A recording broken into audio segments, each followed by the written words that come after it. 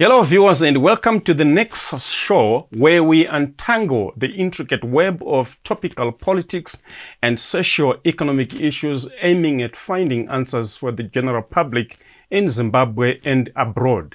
Today we are happy to welcome the resilient Transform Zimbabwe leader Jacob Ngarivhume, who, after calling for action against corruption in this country, was locked up in prison for 8 months. Now, just last week, the High Court found him innocent and acquitted him of the charges. Today, we want to hear his experiences and, of course, his views and comments in the recent trending politics in the country, as well as the Transform Zimbabwe future and his political life. Mr. Ngarivhume, welcome to the show and welcome to the Nexus. Thank you for making time to be with us. Thanks, my brother. How are you, Costa? No, I'm doing very fine. Excellent. So let's just start by a recap. I just want to start by hearing it from you that do you still believe that corruption must be fought in this country after having been jailed for 8 months when you call for action to this scourge? Thank you very much. And it's good actually to have me on your program. Yeah, we have been fighting against corruption in this country, and it's on record. And we called for anti-corruption demonstrations in July of 2020. And we have not gone back on that fight. And subsequently, I was tried and wrongly convicted and sent to prison for 4 years. But the truth is that we are still very much in the game against corruption. I believe, and we believe, together with many other Zimbabweans who are behind us, that corruption is the real deal in this country, is the elephant in the room. Once we deal with corruption, then we are able to restore our economy, we are able to restore dignity to our citizens. But the real issue is we need to fight this scourge called corruption, and our commitment to that is unwavering. From your understanding, where does it manifest so prominently? In the high places, the leadership, the elites, the ruling class of this country, they have, corruption is systemic. And if you look at the way parastatals were run down, if you look at ways in which government departments, government structures, the public service system is completely run down by corruption. And the executive is responsible. Absolutely. This is where it is, and that is where it is most affecting citizens in general. And at the end of the day, if you look at the mineral resources we have and how much of that you find in our budget, in our finance cash flows, you find very little, despite us harvesting so much from the vast mineral wealth that we have. And where is the difference? The difference is that the majority of it is siphoned out of the country, the gold mafia and many other scandalous activities that the ruling regime is involved in. We are going to discuss this at length at some point, but I just want us to understand, how was life 8 months behind bars? Our prisons are dungeons. And being in a Zimbabwean prison is a rehearsal to live life in hell. The conditions are horrible. So soon after that conviction, I know it very well that I'm not going to get it any easy. So my mind was already prepared to say, this is a trip to hell. And indeed, it was a trip to hell. The conditions were really something that a normal human being should never be subjected to. And it was particularly bad for me at the beginning, the first 3 months. Besides the gullible conditions, they then tried to discriminate me as a political prisoner. Initially, when I was at the prison, I was, you are entitled to visits, but I was only seeing my visits in the condemned section. So Harare Central Prisons keeps all your condemned prisoners who are on death row waiting for execution. And then I was literally treated like one of those, because I would see my visitors on where they meet their visitors, and then I was not allowed to be in the education department, where you would just be reading. Also the library, I was prevented and barred from going to lunch hour church services, and things like that. So we had to fight all the way until there came a time they would allow me to at least have those basic a few services that you would find in prison. And of all these bad things, what was the most horrible thing for you?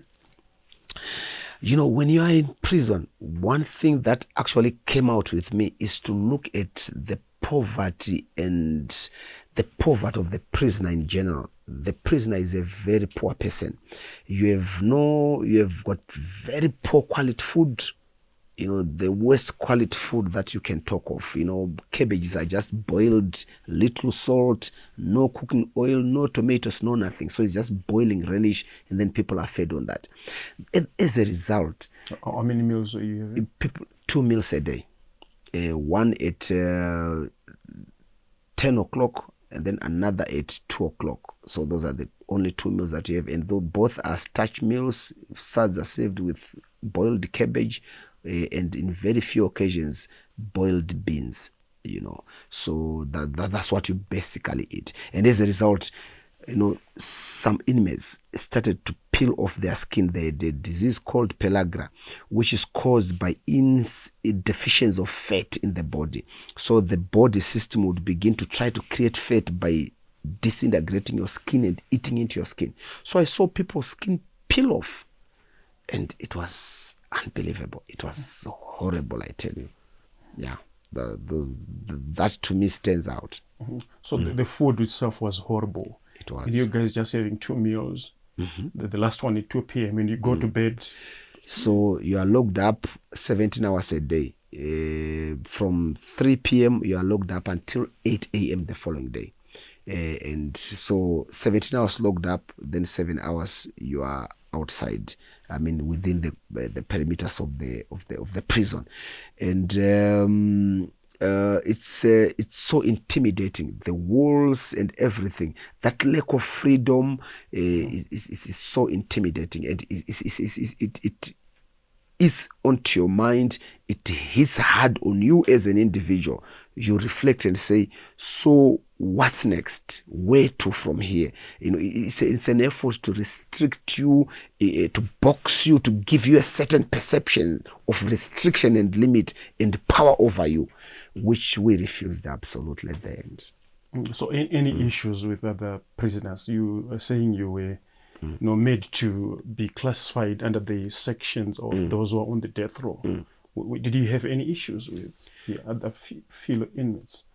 We raised that. I mean, when that was happening, me having to see my visitors on the condemned section, that's how they were trying to treat me. We resisted that. We raised issues and concerns with the officer in charge to say, no, this is not right. And of course, at the end, we won. He then took me back to, he allowed me to then see and meet my visitors regularly. My wife was coming every day, members of the party, family, people were coming every day. And fortunately for me, they would bring food. So I was not then at the end of the day restricted to eating the prison diet.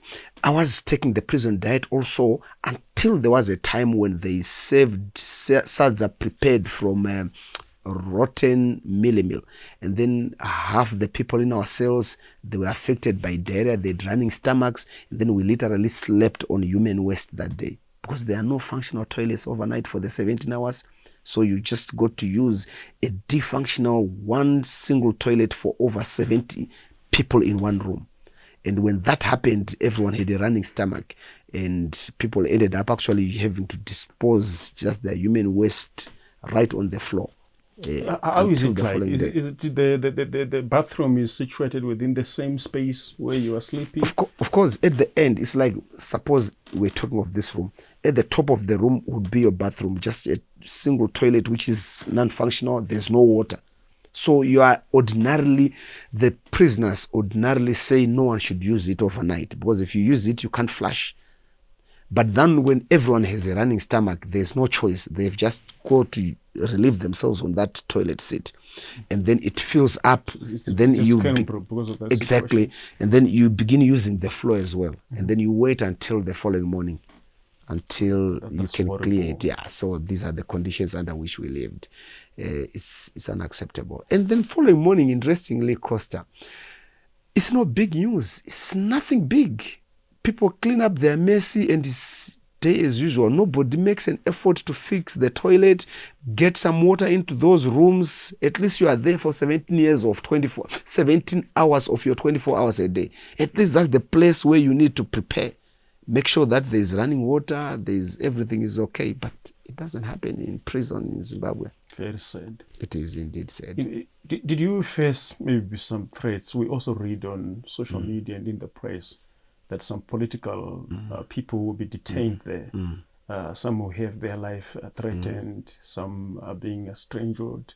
You know, a lot of fights happening there. Some unknown people, but also suspected to be having been, you know, on duty from the state. Did you face any of that nature during your time?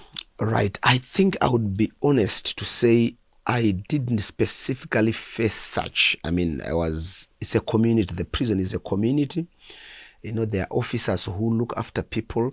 Some were quite nice. They knew what they were doing. Some, of course, were extra nice to me being a political leader, but they were also very bad officers.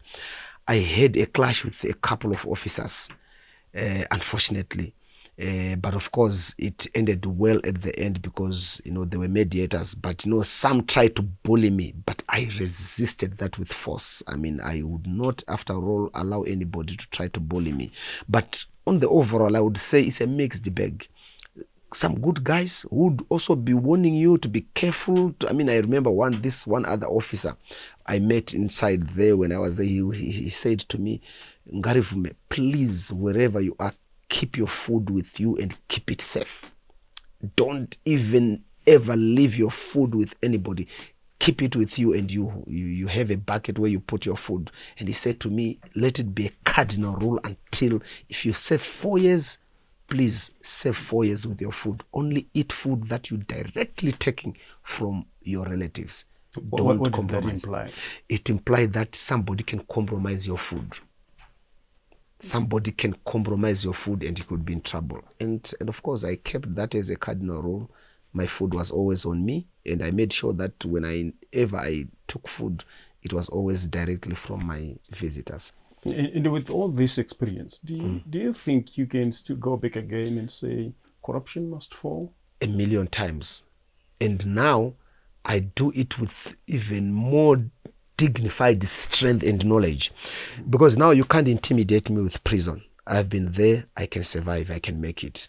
So I'm even stronger now to do and fight the things that I believe we need to do. I'm more prepared to fight even more and double the effort that I was putting before I went to prison, because now I know that there is need for us even to also fight for a better prison system in this country above everything. People can be treated like slaves in the 21st century. And in a way, do you think perhaps maybe Zimbabweans should really converge as an alternative way of making sure that the corruption fight is collective and receives the support of every citizen in this country? You see, the convergence point really for this country is the situation that Zimbabwe finds itself in. The conditions that we are under as a nation, they call for us to unite and set our differences aside. You know, there comes a time when people need to look and reflect to say, wow, so there can be ZANU-PF, CCC, Transform Zimbabwe, and any other party forever. There comes a time when the people of Zimbabwe need to set those differences aside and say, is this the country that we want to live in? Is this the Zimbabwe that we want? And more so, is this the Zimbabwe that our liberators fought for? I mean, at one time when I was, I wrote quite some memos, and in one of those I was saying, maybe when we get to heaven one other time, I would ask Herbert Chitepo, I would ask all those freedom fighters to say, what kind of country did you really want? And is this ZANU-PF country, or the ZANU-PF, the Zimbabwe that ZANU-PF is shaping and has shaped, is this the Zimbabwe that you left your parents and went to war for? And so those questions and that introspection should lead Zimbabweans to converging and setting our differences aside to say, we need this fight today so that we build a better country for our future and posterity. But do you appreciate the role of ZAC in corruption fight? Not at all. I mean, if anything, they're an accomplice. By now, they should have had, I have engaged ZAC. I asked critical and pertinent questions to them. And, for instance, I interrogated them over the 2019-2020 Auditor General's report. The gaps that were in that report, millions of US dollars that are missing, which could not be accounted for. I took them to task to say, what have you done about them? Who has been arrested? Specifically, but they couldn't answer. How many convictions have they had? They gobble millions of US dollars in funding and support. But at the end of the day, how many convictions do they have? None. How many recoveries? How much have they recovered of their, say, $20-30 million budget? How much money have they recovered into the treasury due to corruption? Very little. So what is their purpose? What are they serving? Nothing. If anything, they are a liability because they've become a conduit to siphon more money from the treasury given to them, but very little coming back. And very little, people haven't been dissuaded from corruption by ZAC activities. Not at all. So let's digress a bit. I know that you might not be a member of the CCC or a ZANU-PF. So unfortunate that the elections happened when you were behind bars, and probably you could have contested as the TZ president. But now I just want to hear your thoughts in terms of the political situation in this country. We came out for the 23 August general elections, which the opposition is contesting at the moment, so to say. So it was rigged, a lot of irregularities, and so to say has been also confirmed by other observer missions report. I'm sure that as you were having visits and so forth, you were getting to know of the situation and what is happening, and also a couple of days that you have been out of prison. You might have observed or heard something. I just want to hear your comment. Yeah, it's unfortunate that Zimbabwe has been in perpetual contested elections since, say, 2000. But in fact, it has happened as way back as 1980 because of the way ZANU-PF has managed elections, which is very unfortunate. And for us, it's not healthy as a country to have a contested election all the time. The conditions for a free and fair elections can only be regulated by law. But ZANU-PF is running away from that obligation. And before I was banged up, I even am one of those. Our organization, Transform Zimbabwe, is one of the organizations that has been at the forefront to say we need to make sure that the conditions for a free and fair election are guaranteed. At least let's observe the SADC principles and guidelines to free and fair elections. And for the first time, it's very positive because I understand that the initial SADC report highlighted the shortfalls of the electoral environment in the country and the our electoral laws as well, and which is actually a huge step forward because we need to address those things before we're able to move forward, and which we have actually raised over and over to say, an election, you need to create the right environment for the election. Have we created the right environment? None. Do we have a press that is accessible to all contesting candidates, especially the public press? No, none. What is the role of traditional leaders in our elections? What are they doing? And we all know these things. We've said them over and over, but we have gone in and out of elections without addressing them. There comes a time, we believe, that we need to come together again and say, let's have the right conditions for an election that will not be contested. Because honestly, what happened in this election, the FARS issues and so on, they are very unfortunate. You heard about FARS? I heard about FARS and what they were doing. How can you have an election? And even not only FARS, look at the delayed deployment of ballots. In Glenview, you would not have ballots until 10 p.m. on election day. Exactly. That is unacceptable. How do you fail to deliver ballot papers? Who told you about FAS? What were they saying about FAS? I mean, we heard of what they were doing. I mean, we could read some stuff of what they were doing, how they were intimidating people, how they would set up tables besides polling stations, trying to intimidate people, then go on to say, we are only vote educating within the 300-meter barrier of the regulated exactly polling station rules. That was very unfortunate and uncalled for. You can't have that in an election. And that election can't be acceptable as a free and fair election if that happens. And SADC also cited that. And not only SADC, the AU and many other observer missions, But then the question is, what happened at the end of the day? Which brings me to something that, of course, I can talk of now. Maybe I was going to talk about it later, that the challenges that we face in this country, we don't have to wait for SADC, the AU, the US, the West, the East, the North. Zimbabwe, none but ourselves can free ourselves. How? We have to confront the situation. We can't accept the situation as it is, to say you can rig an election and it can go away like that. It is going away. It's water under the bridge now. You see, this is what I'm saying. Zimbabwe, we can't afford to do forever. We have to come out. The Constitution of Zimbabwe provides for us to express ourselves and say this is not right. If we can express ourselves through strikes and demonstrations, we have to do that. I understand in Mozambique there was something similar that I read about, where a province that had numbers and tallies that were not consistent with how they had voted, they held mass sit-ins until the numbers were changed. Are you not afraid, perhaps, if you call for demonstrations or if people strike or demonstrate, they will be arrested? You've been just coming out of prison. The question is, if we're afraid, Sakatodini, what is the alternative if we don't do it? Because if we don't take charge of that situation ourselves as Zimbabweans, then who will do that for us? Somebody has to do that. I was actually discussing with my team. They were saying to me, look here, as we were coming here, one of the ladies that we were with was saying to me, what were the conditions like before the nationalists took up armed struggle in this country? What was happening? And then they were listing to me exactly the things and the conditions that we had. The taxes, the increase of those taxes and all these abuses, human rights violations and everything. The lack of freedom, the killing of innocent Zimbabweans for whatever reasons the Smith regime was doing. If you look at it, we exactly have similar situations and conditions. Of course, I'm not advocating for armed struggle, but I'm saying those conditions pushed the Zimbabweans.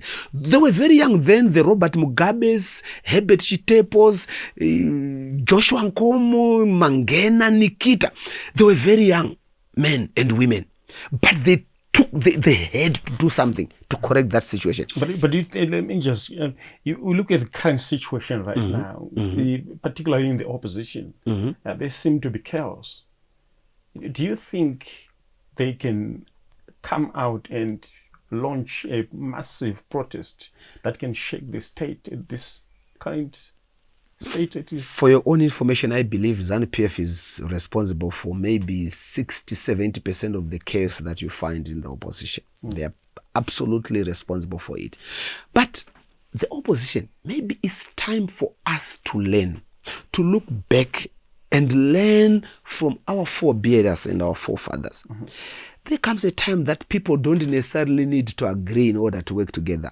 ZAPU and ZANU did not agree in ideology and one or two other areas, but they still found themselves in the bush fighting a common enemy to liberate Zimbabwe.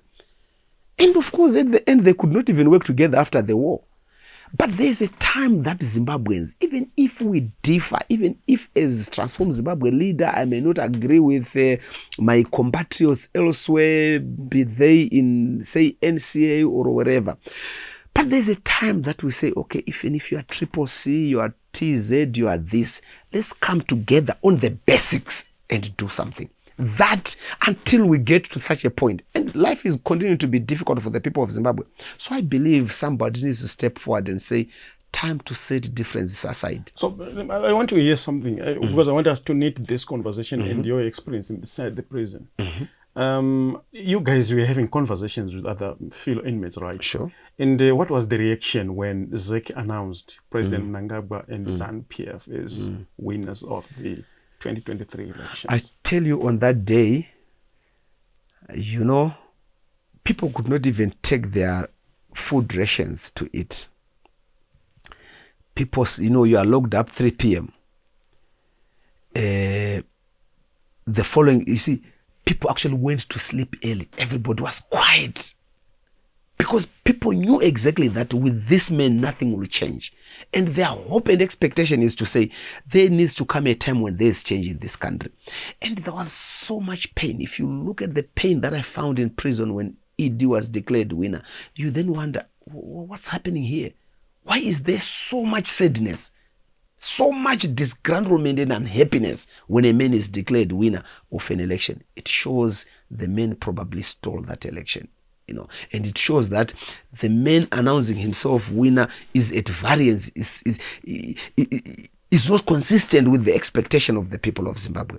So there is actually huge leverage for the opposition. So as they were speaking, who did they expect to win? I mean, the expectation was that the Triple C leader who had won that election. That was the expectation. I mean, at least in prison, people were hoping that it is Chamisa who is going to win that election so that Zimbabwe can become... So there's so much hope inside prison.